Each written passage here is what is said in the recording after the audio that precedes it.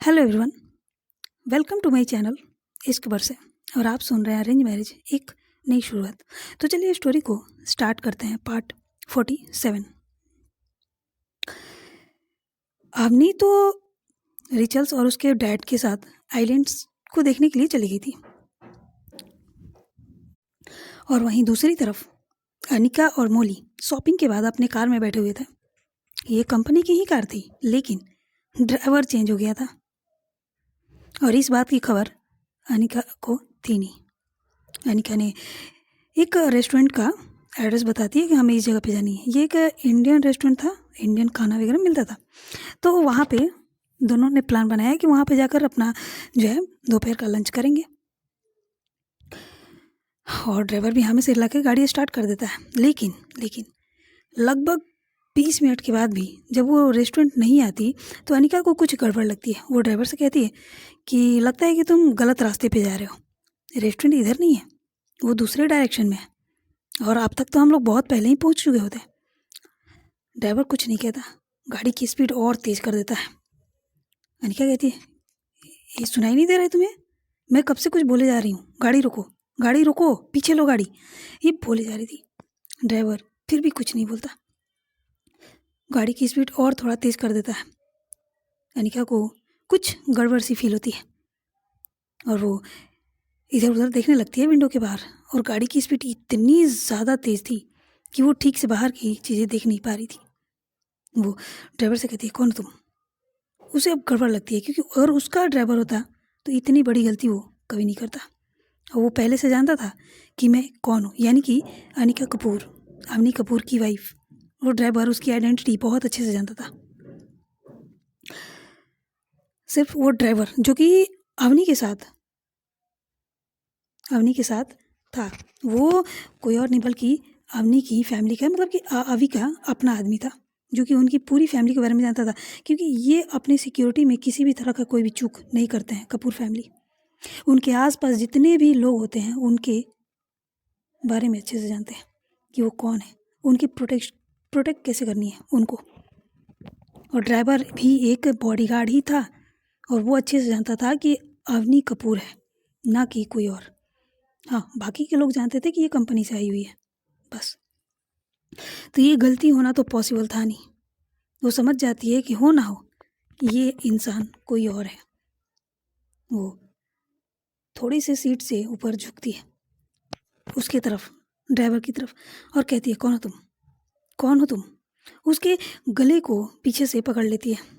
हालांकि यानी कि आप कोई फाइटिंग नहीं करती थी, उसको फाइट करने का ना कोई शौक था और ना ही कभी उसने ट्राई भी किया था।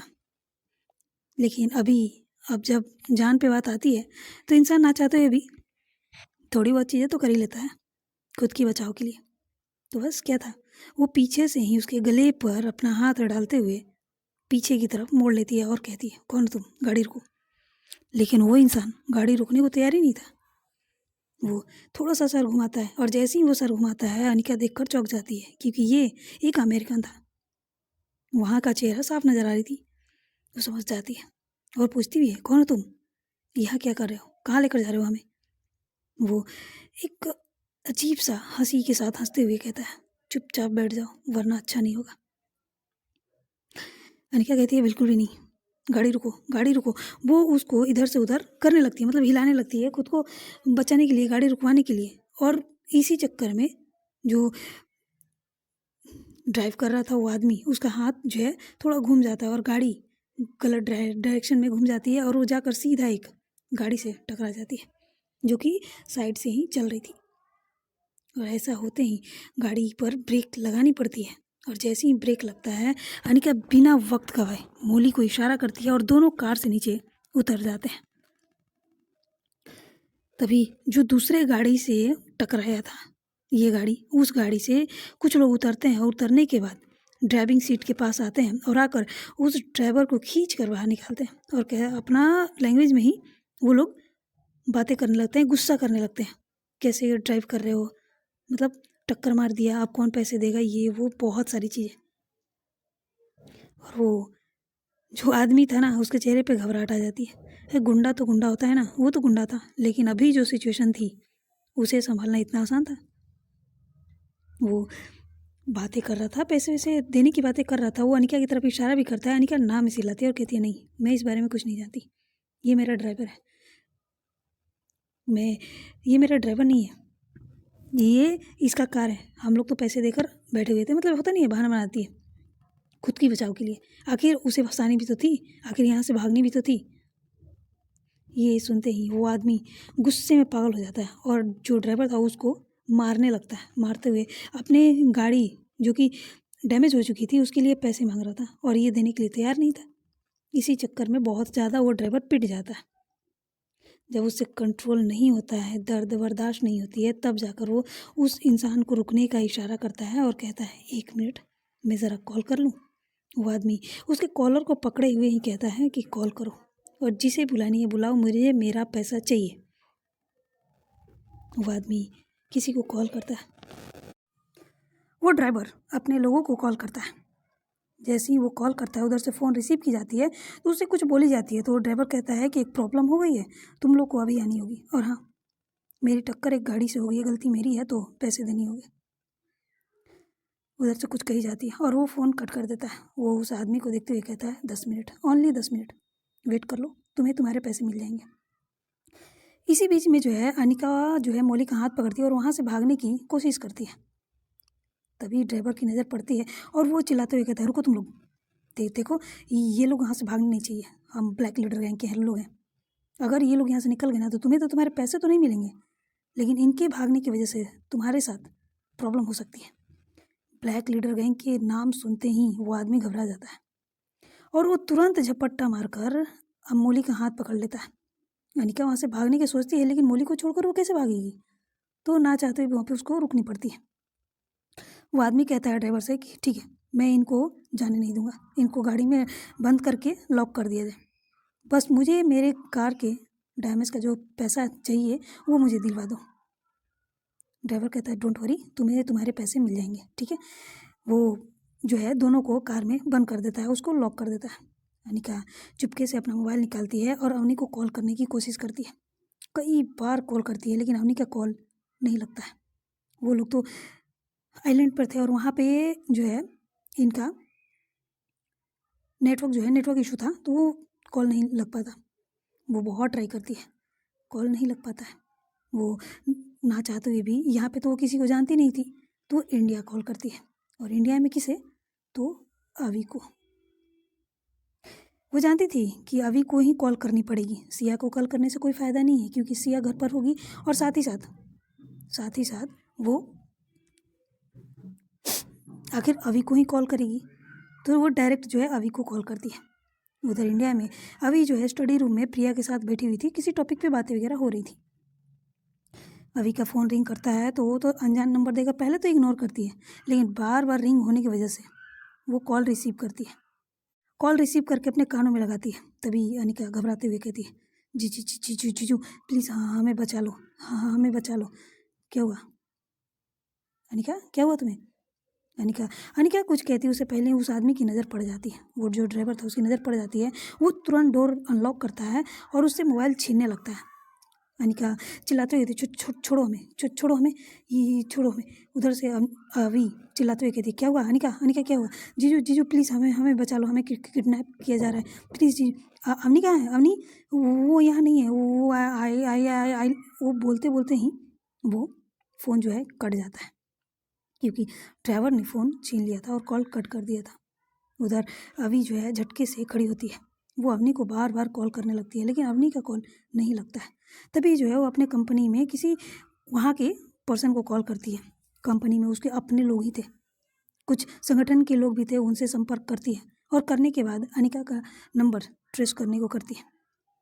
तभी उसको कुछ याद आता है, अवनी ने बताया था, उसने मैसेज कर दिया था, जो वो रिंग जो बनवाई थी ना अवनी ने, उस पर ट्रैकिंग डिवाइस लगी थी और इस चीज़ की खबर पूरे की पूरी अवी को था। पूरी फैमिली मेम्बर्स की हर एक डिटेल्स अवी को पता था। वो तुरंत संगठन को कॉल करती है और अनिका की लोकेशन ट्रेस करने की ऑर्डर पास कर देती है। वहीं दूसरी तरफ अनिका को पकड़ लिया गया था और वहाँ पे वो ड्राइवर के आदमी पहुँच चुके थे। उस आदमी के साथ जो भी सेटलमेंट थी कार के पैसों को लेकर, वो करने के बाद वो गाड़ी लेकर वहाँ से निकल जाते हैं। वहीं दूसरी तरफ अवनी जो है उस लोकेशन पे पहुँच चुकी थी जहाँ पे उन्हें जानी थी, उस आइलैंड पर। उस आइलैंड के चारों तरफ देखते हुए वहाँ पे जंगल ही जंगल थे। कई सारे जानवरों की जो है आवाज़ें भी आ रही थी बीच बीच में। वो कहती है ये तो यहाँ पे डेवलप करने में बहुत प्रॉब्लम होने वाली है, क्योंकि यहाँ पे जानवर भी हैं, उनके लिए भी तो जगह सोचनी पड़ेगी ना। ऐसे तो हम उन्हें अपने घर से बेघर तो नहीं कर सकते। मिस्टर जॉन कहते हैं डोंट वरी, हम इन्हें किसी और जगह पे ट्रांसफ़र करवा देंगे। अवनी को ये चीज़ अच्छी नहीं लगती है। जिस जगह पर वो लोग पहले से रह रहे हैं उस जगह को डेवलप करने के लिए उनको उनका घर तोड़ देना, उनको वहाँ से हटा देना कहीं से भी अच्छी बात नहीं थी। हाँ, वहाँ पे कुछ थोड़ी सी जगह छोड़कर उनको रहने का इंतज़ाम किया जा सकता था, ताकि वो लोग भी अपनी लाइफ जैसे जी रहे वैसे जी सकें। एक साइड में इंसान टूरिस्ट प्लेस और दूसरी साइड में जंगल एरिया होता तो ये एक तरह से ठीक था। लेकिन जॉन का जो आइडिया था ना वो अवनी को पसंद नहीं आता और वो कहती है नहीं, ये सही नहीं होगा। जॉन के माथे पर थोड़े से लकीरें आ जाती हैं परेशानी के, और वो कहते हैं देखिए ऐसा कुछ नहीं किया जा सकता है, ये जगह उतनी भी सेफ़ नहीं है। अगर जानवर यहाँ रहें तो प्रॉब्लम हो सकती है। अवनी कहती है कि फ्यूचर में डेवलप होने के बाद अगर सेफ्टी का ध्यान रखा जाए तो कोई भी प्रॉब्लम नहीं होगी। अवनी और मिस्टर जॉन आपस में बातें कर ही रहे थे, तभी रिचल से सामने आती है और अपने डैड से कहती है डैड शी इज़ राइट, अगर फ्यूचर में ये जो एनिमल्स का जो फॉरेस्ट एरिया है इसको अलग कर दिया जाए, मेरा मतलब इनका जोन अलग कर दिया जाए और सेफ्टी का ध्यान रखी जाए तो कोई प्रॉब्लम नहीं होगी। और यहाँ पे टूरिस्ट आएंगे तो ये घूमने का भी जगह बन सकता है। अगर वो फॉरेस्ट एरिया घूमने जाएँ तो इससे हमारा भी फ़ायदा हो सकता है, और नेचर्स खूबसूरती ये सारी चीज़ें भी फ्यूचर में बहुत काम आ सकती है। इसी टॉपिक पर ये लोग बातें कर ही रहे थे कि तभी जो है जो अवनी ने रिंग पहन रखा था उसमें वाइब्रेशन स्टार्ट हो जाती है। जैसे ही अवनी का ध्यान उस पर जाता है तो उसको जो है अनिका का ख्याल आता है और वो थोड़ा घबरा जाती है, क्योंकि ये सेफ्टी था। अनिका की अंगूठी में कुछ ऐसे चीज़ें लगी हुई थी जिसको टच करते ही जब भी अनिका कोई भी प्रॉब्लम में होगी उसका डायरेक्ट कनेक्शन जो है अवनी के रिंग से था और उसे पता चल जाती। और सेम यही चीज़ अभी हुआ है, क्योंकि अनिका जब है कार में उसको ज़बरदस्ती फोर्सफुली लेकर जाया जा रहा था कि इसी बीच में उसकी वो जो रिंग थी ना शायद गलती से दब गई थी उसकी उंगलियों में, या उसने जानबूझकर किया था, क्योंकि छीना झपटी में पकड़ी में छुड़ाने की कोशिश करते टाइम ऐसा हो गया था और इसकी सिग्नल डायरेक्ट अवनी को मिल चुकी थी। अवनी को परेशानी में देखकर रिचर्स कहती है क्या हुआ मिस। अवनी जो है मिस्टर जॉन की तरफ देखती है और कहती है हमें वापस जानी चाहिए। मिस्टर जॉन कहते हैं लेकिन हम तो थोड़ी देर पहले ही आए। तो अवनी कहती है हम दोबारा आ जाएंगे, मेरी प्रॉब्लम है, मेरी वाइफ को प्रॉब्लम है, वो कुछ परेशानी में है, हमें जाने हुए। ये सुनकर मिस्टर जॉन जो है वो सोच में पड़ जाते हैं, अरे अभी तो ना कॉल आया ना मैसेज ना कुछ, ये कैसे पता चल गया। मिस्टर जॉन कहते हैं शायद आपको कोई गलतफहमी हो रही है, आपको ना कॉल ना मैसेज कुछ नहीं है, आपको कैसे पता चला। तो अवनी कहती है कि देखिए मैं अपनी वाइफ से बहुत प्यार करती हूँ और पता नहीं क्यों मुझे लग रहा है कि वो किसी परेशानी में है, मुझे अंदर से बेचैनी फील हो रही है, मुझे जानी है। या तो आप मुझे जाने की जो है अपना हेलीकॉप्टर दे दीजिए और नहीं तो हमारे साथ भी चल सकते हैं, क्योंकि मुझे अभी की अभी जानी है। मिस्टर जॉन उसकी परेशानी उसके चेहरे के भाव को समझ जाते हैं कि ज़रूर कुछ प्रॉब्लम हो सकती है, और वैसे भी प्यार और दिल के मामले में तो क्या ही कहना, कहीं ना कहीं उनकी भी तो लव मैरिज थी ना, तो इसी वजह से वो उसकी परेशानी को समझते हैं और वो कहते हैं ठीक है हम यहाँ पे फिर आ जाएंगे, अभी के लिए चलते हैं। इधर रिचल्स के माथे पर पसीने आ जाते हैं, क्योंकि आखिर उसी का तो सब किया धरा था और अवनी को यहाँ पे वो रोकना चाहती थी, उसके साथ वक्त बिताना चाहती थी। यहाँ पे उसने कुछ और भी प्लानिंग करके रखा था, लेकिन उसकी प्लानिंग धरी की धरी रह जाती है। वो रिचल्स कहती है एक बार देखिए ऐसा कुछ नहीं हो सकता है, क्या होगा, वो आपकी जो है ना क्या नाम था उसका, मोली असिस्टेंट है ना, उनके साथ भी तो वो है ना, तो क्या होगी, कोई प्रॉब्लम नहीं होगी। हमने उसको ज़रा भी एक नज़र देखती तक नहीं है, वो जिया की तरफ देखती है और कहती है जिया यस मैम चलने की तैयारी करें। यस मैम, ये बोलकर वो अवनी के जो भी सामान थे वो बैग में रखना स्टार्ट कर देती है। इधर मिस्टर जॉन ने अपने जो पायलट था और अपने लोग थे उनको इशारा करते हैं, वो लोग भी हेलीकॉप्टर की तरफ बढ़ जाते हैं और ये लोग भी, और रिचल्स को ना चाहते हुए भी उनके साथ जानी पड़ती है। अब मजबूरी हो जाती है ना, जाने के अलावा कोई और ऑप्शन नहीं था। थोड़ी देर बाद वो लोग फाइनली हेलीकॉप्टर में बैठते हैं और हेलीकॉप्टर उड़ान भरती है। और जैसे ही वो आइलैंड के एरिया से कुछ दूर निकल जाते हैं तभी अवनी के मोबाइल पे कई सारे मैसेजेस आना स्टार्ट हो जाते हैं, इंडिया से, अमेरिका से, उनके संगठन से, जो कि अमेरिका में रहकर अंडरग्राउंड होकर काम किया करते थे ताकि किसी के नज़र में ना आए, लेकिन हाँ वो कपूर्स के लिए काम करते थे।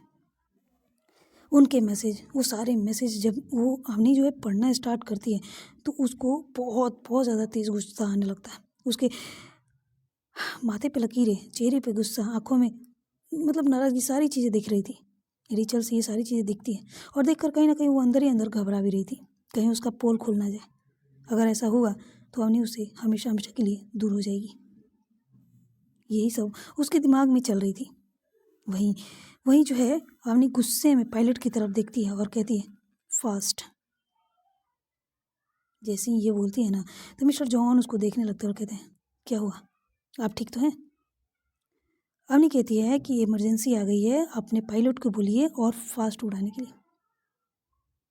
इमरजेंसी?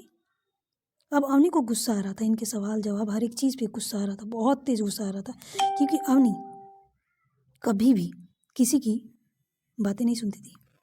छोटी डेविल उसको ऐसे नहीं बोलते थे, वहाँ तो ये अपनी आइडेंटिटी को छुपा कर आई थी जिसके कारण सबकी बातें सुननी पड़ रही थी, वरना ऑर्डर पास करना इनकी पुरानी आदत है। ये कह सकते हैं खानदानी, जन्म से ही मिला है।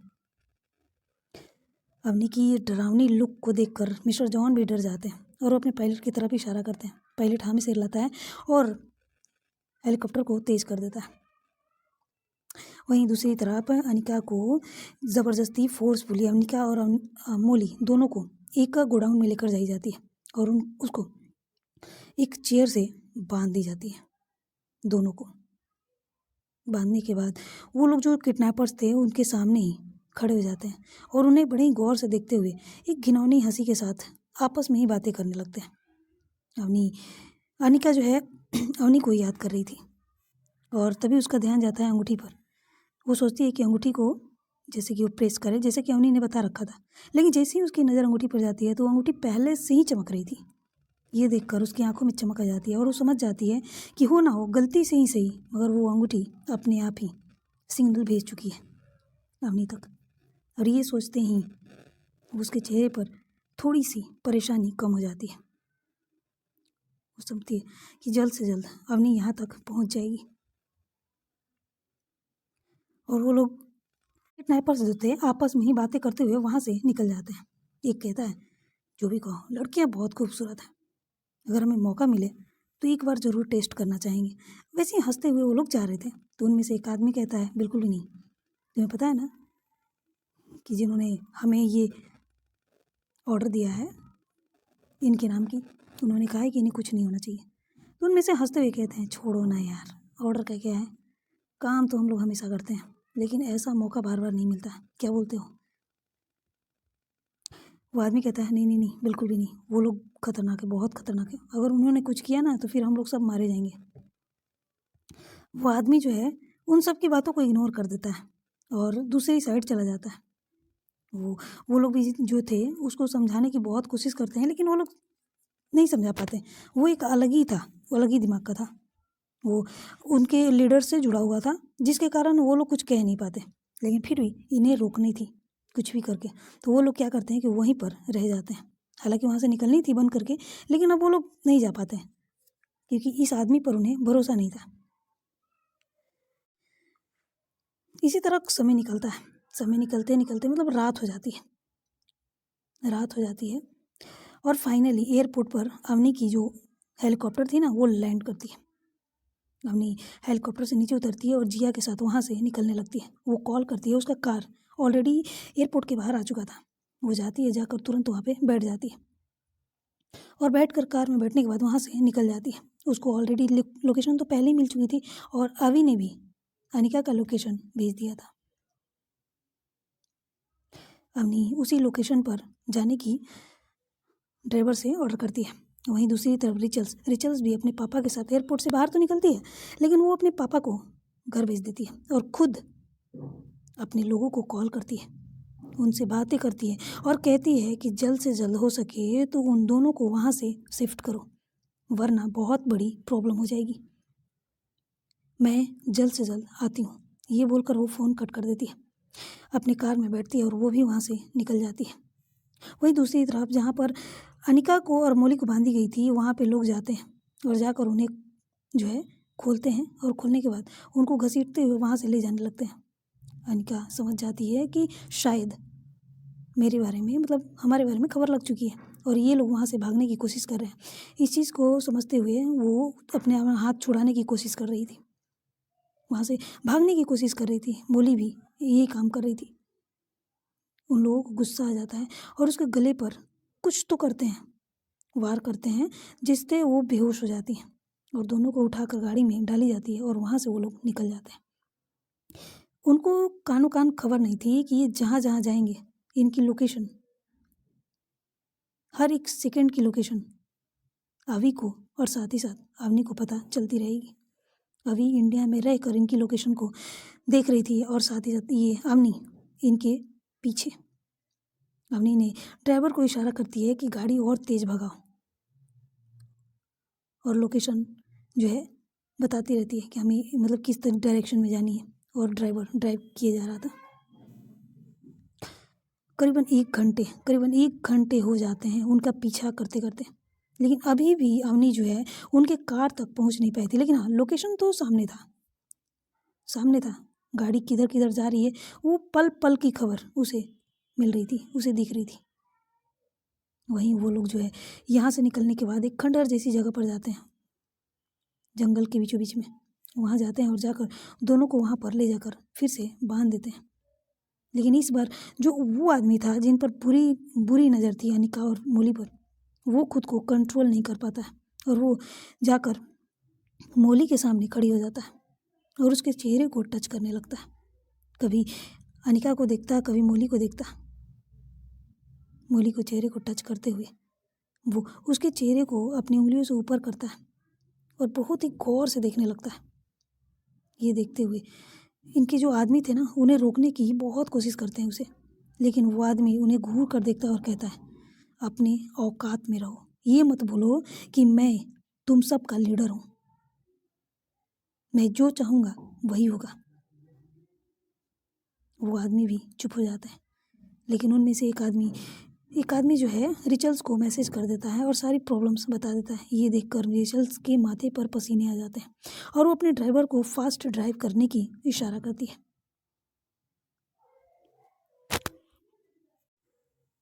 वो आदमी जो है खुद को नहीं रोक पाता है और वो मौली को खोलता है और खोलने के बाद उसे लेकर साइड में चला जाता है। इस वक्त मौली जो है बेहोश थी। इसी बीच में अनिका को होश आ जाती है और वो मौली को ले जाते हुए वो देख लेती है और चिल्लाते हुए कहती है, क्या कर रहे हो तुम, छोड़ो उसे। वो आदमी पीछे पलटता है और अनिका को देखता है जो होश में आ चुकी थी। वो अनिका को देखते हुए कहता है, अच्छा तो तुम होश में आ गई, इसके बाद तुम्हारी ही बारी थी, लेकिन ये बेहोश है, इसके साथ खेलने में मज़ा नहीं आएगा। जब तक बेड पर लड़कियाँ तड़पती नहीं है ना, तब तक मज़ा नहीं आता है। एक काम करता हूँ ना, इसे छोड़ता हूँ, तुम चलो मेरे साथ। ये बोलकर वो मौली को वहीं पर छोड़ देता है और वो अनिका की तरफ आने लगता है। ये देखकर अनिका घबरा जाती है और घबराहट में ही वो अपने आप को छुड़ाने की कोशिश करने लगती है, जो चेयर पे बंधी हुई थी और बार बार वो हाथ पैर जो हिला रही थी। ये देखकर वो आदमी घिनौनी हंसी हंसने लगता है। वो आता है और आने के बाद अवनी का पैर खोलता है, उसके हाथ को बंधा हुआ ही रहने देता है, जो चेयर से बंधी हुई थी उसे खोल देता है और उसको अपने कंधे पर उठा लेता है और लेकर एक कमरे की तरफ जाने लगता है जो कि उसी खंडहर में थी। ये देखकर अनिका बहुत घबरा जाती है, बहुत।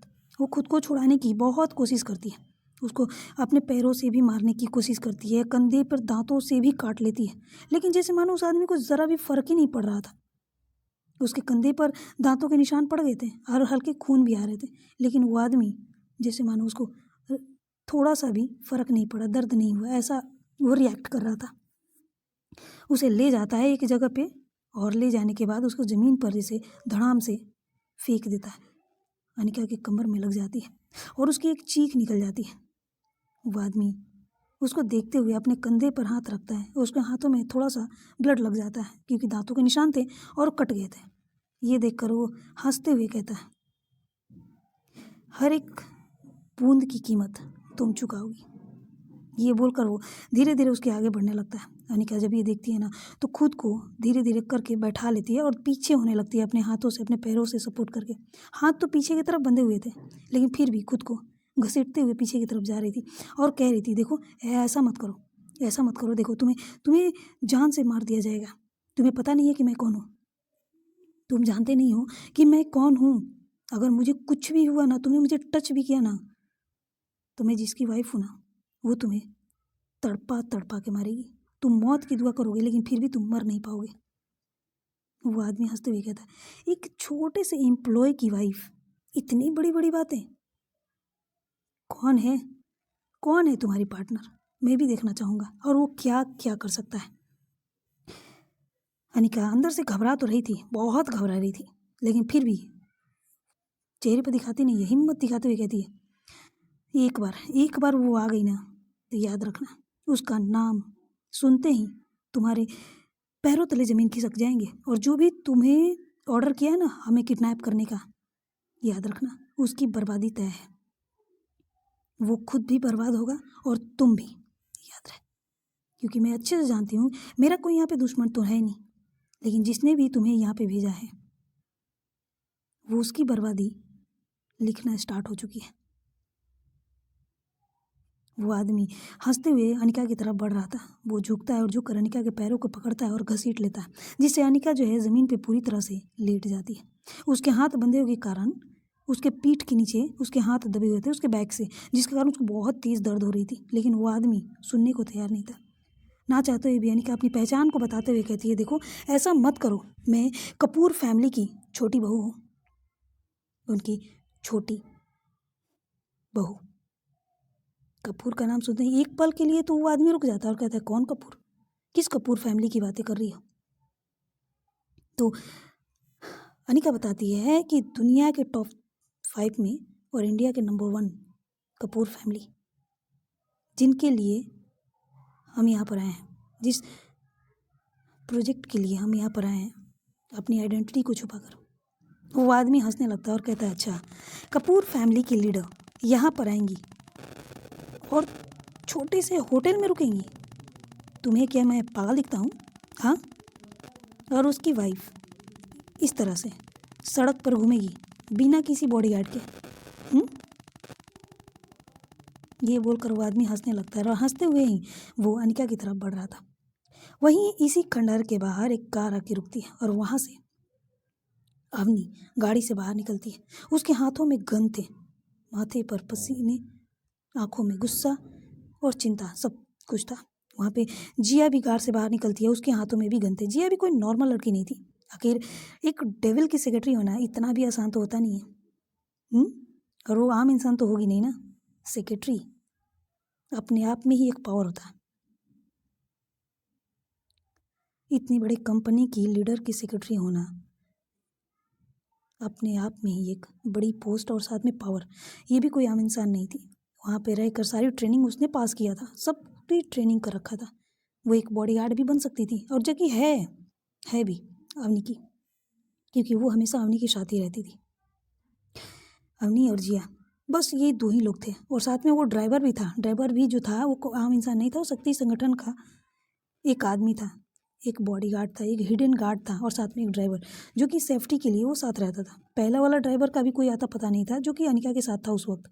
उसके बारे में भी किसी को कोई खबर नहीं थी। तीनों के तीनों खंडहर पे पहुंचते हैं। पहले वो धीरे धीरे करके जाते हैं तो देखते हैं कि साइड से ही कि वहाँ पे कुछ लोग खड़े थे। मौली जो है ज़मीन पे पड़ी हुई थी, बेहोश थी, लेकिन उनके कानों में चीखने की आवाज़ें आ रही थी।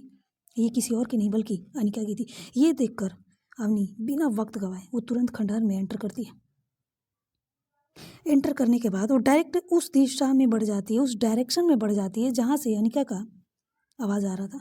ये देखकर बाकी के लोग जो थे उसको रोकने के लिए आगे बढ़ते हैं, लेकिन उससे पहले ही ड्राइवर और जिया दोनों मिलकर उन सब के पैरों पर शूट करना स्टार्ट कर देते हैं। उन्हें तो संभलने का मौका तक नहीं मिलता है ज़रा भी। वो तुरंत कई लोगों को शूट कर देते हैं, और उनमें से कुछ लोग तो अभी वहाँ पे थे नहीं। वो खंडहर के पीछे गए हुए थे खुद को फ्रेश वगैरह करने के लिए, तो वो लोग बचे हुए थे। वहाँ पे जितने भी लोग थे सभी ज़मीन पे बैठ जाते हैं और तड़पने लगते हैं। वहीं पे जिया जो है पीछे पलटती है, मोली के पास जाती है और उसको उठाकर चेयर पे बैठाती है। उसको होश में लाने के लिए उसके चेहरे पे थपथपाती है, मोली मोली उठो, मोली ठीक हो मोली, लेकिन वो नहीं उठ पाती।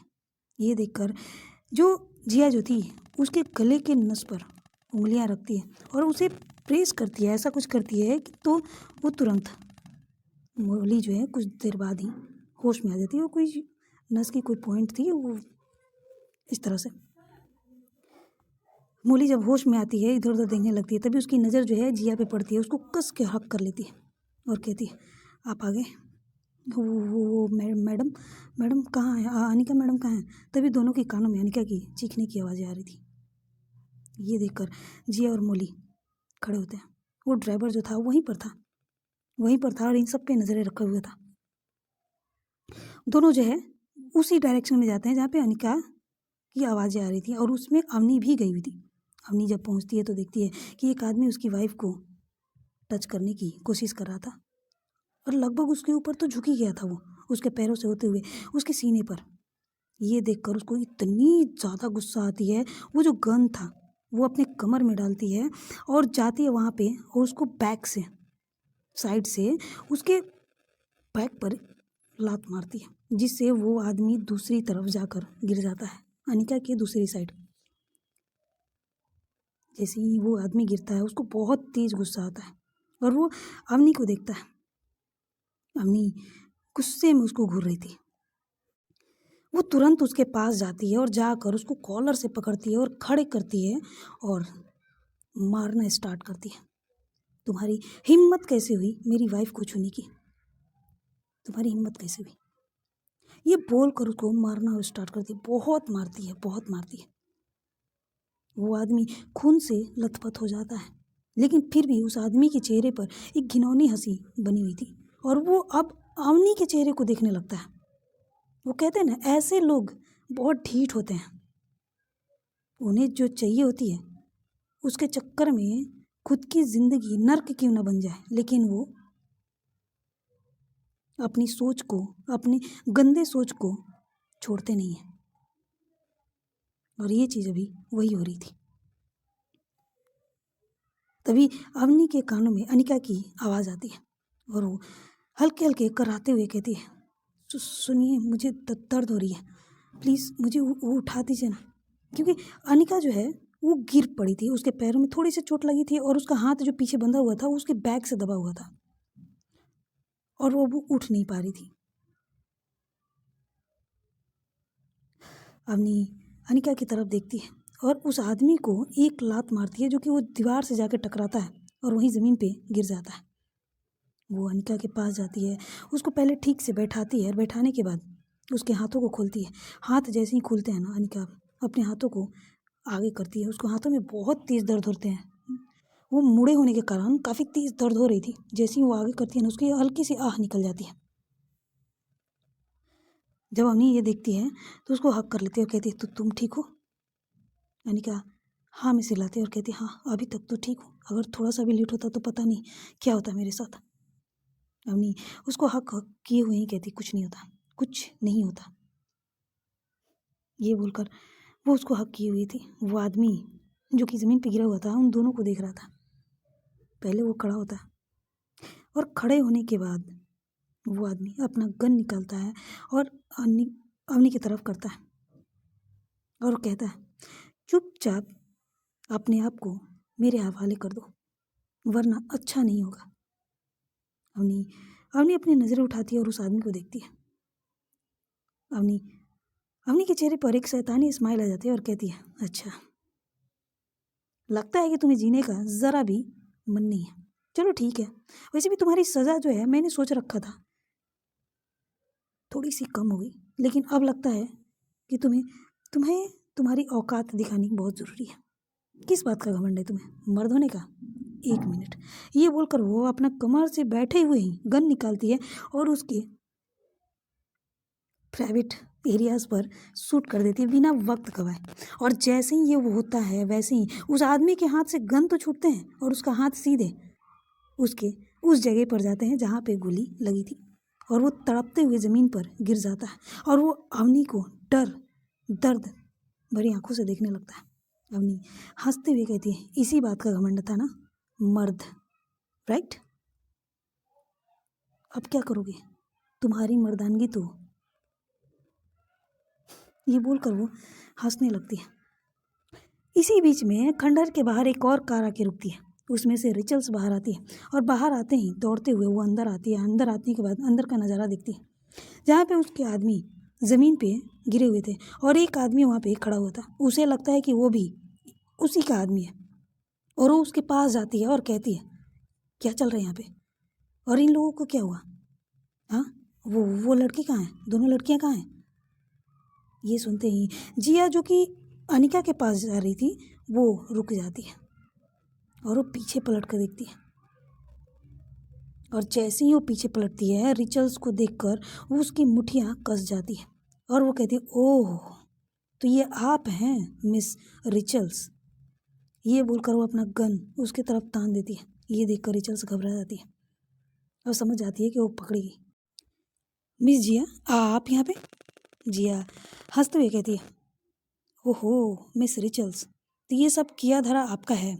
नहीं नहीं नहीं, आप गलत समझ रहे हो। मैं तो बस मुझे पता चली थी मिस अनिका के बारे में, तो मैं ढूंढते हुए यहाँ पे आ गई।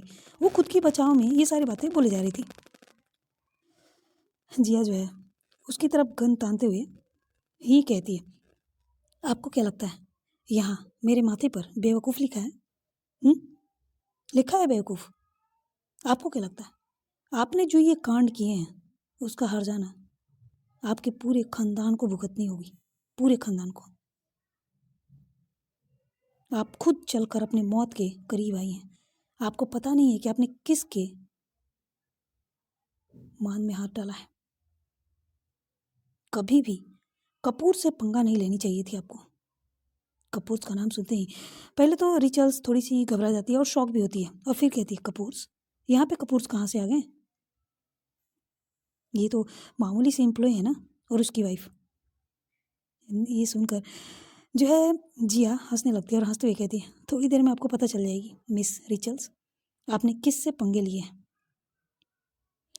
तभी जो है अवनी अनिका को अपनी बाहों में लिए हुए बाहर आती है और उसके पीछे वो आदमी जो कि तड़पते हुए घसीटते हुए अवनी के हाथ में, एक हाथ से उसने अपनी बाहों में अपनी बीवी अपनी वाइफ को भर रखा था और दूसरे हाथ से उस आदमी के पैर को घसीटते हुए बाहर लेकर आ रही थी। ये देखकर जो है रिचल्स के माथे से पसीने आने लगते हैं। डर की लकीरें साफ नजर आ रही थी। जैसे ही वो लोग बाहर आते हैं तो अनिका की नज़र सीधे रिचल्स पे पड़ती है और वो समझ जाती है कि ये सारी किया धरा उसी का है।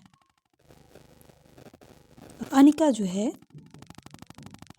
अवनी की बाहों से बाहर आती है और सीधे रिचल्स के पास जाती है और जाते हुए उसे खींच कर एक थप्पड़ लगाती है और कहती है, तुम एक लड़की हो?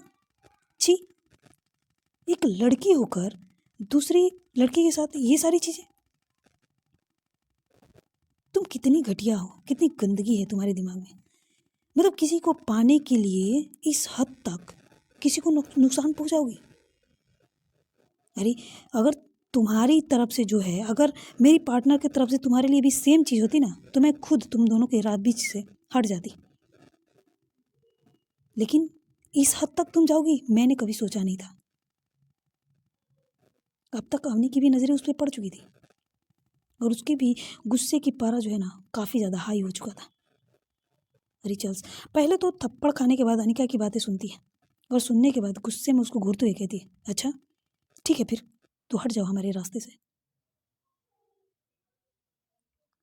अनिका कहती है, क्या मैंने बोला अगर उनके मन में भी तुम्हारे लिए कुछ होता तो? वो अवनी की तरफ पीछे पलटती और कहती है क्या? अवनी कुछ नहीं कहती। देखो पूछो है क्या? और तुम्हें क्या लगता है तुम जैसे अरे गहरे लोग हम दोनों के बीच में आएंगे? वो अनिका जो है रिचल्स के गले पर हाथ रखती है और हल्के से उसको दबाते हुए कहती है, तुम जैसे लोग हमारे घर में नौकरों की तरह काम करते हैं। अरे नौकर तो छोड़ो, नौकर की भी जो स्टैंड है ना वो तुमसे हाई है। तुम उनकी बराबरी भी नहीं कर सकती, तो मेरे पार्टनर की लाइफ में इंटरफेयर करने की तुम तो सोच भी नहीं सकती। हम कौन है जानती भी हो? कौन है हम? वो अवनी की तरफ देखते हुए कहती है। क्या बतानी है कि छुपानी है? अवनी कुछ नहीं कहती, बस अपनी वाइफ को देखे जा रही थी। रिचर्स थोड़ी कंफ्यूज हो जाती है और वो कभी अनिका को देखती, कभी अवनी को देखती। अनिका अनिका जो है रिचर्स को देखते हुए कहती है, जानना चाहोगी मैं कौन हूँ? रिचर्स कन्फ्यूजन भरी नज़रों से उसको देख रही थी और कहती है, तुम एक कपूर इंडस्ट्री की एम्प्लॉय की वाइफ हो, राइट? ये सुनते ही अनिका हंसने लगती है और उसके गले को छोड़ देती है और वो अपने हाथों से ताली बजाते हुए कहती है, वाह वेरी गुड, तुम्हें भी उतना ही पता है जितना तुम्हें बताया गया। तुमने तो पता करने की कोशिश तक नहीं की कि जिसके ऊपर तुम नज़र डाल रही हो, जिसकी पार्टनर पे तुम इस तरह की हरकतें कर रही हो, किडनैपिंग करवा रही हो, कम से कम उसके बारे में थोड़ा सा पता तो लगा लेती। खैर कोई बात नहीं, देर आए दुरुस्त आए, चलो हम बताते हैं। तो इनसे मिलिए, ये है। नहीं इनसे नहीं, तुम मुझसे मिलो, मुझसे ही इनकी पहचान। मिसेस अनिका अवनी कपूर, कपूर खानदान की, कपूर इंडस्ट्री की दूसरी मालकिन, दूसरी लीडर।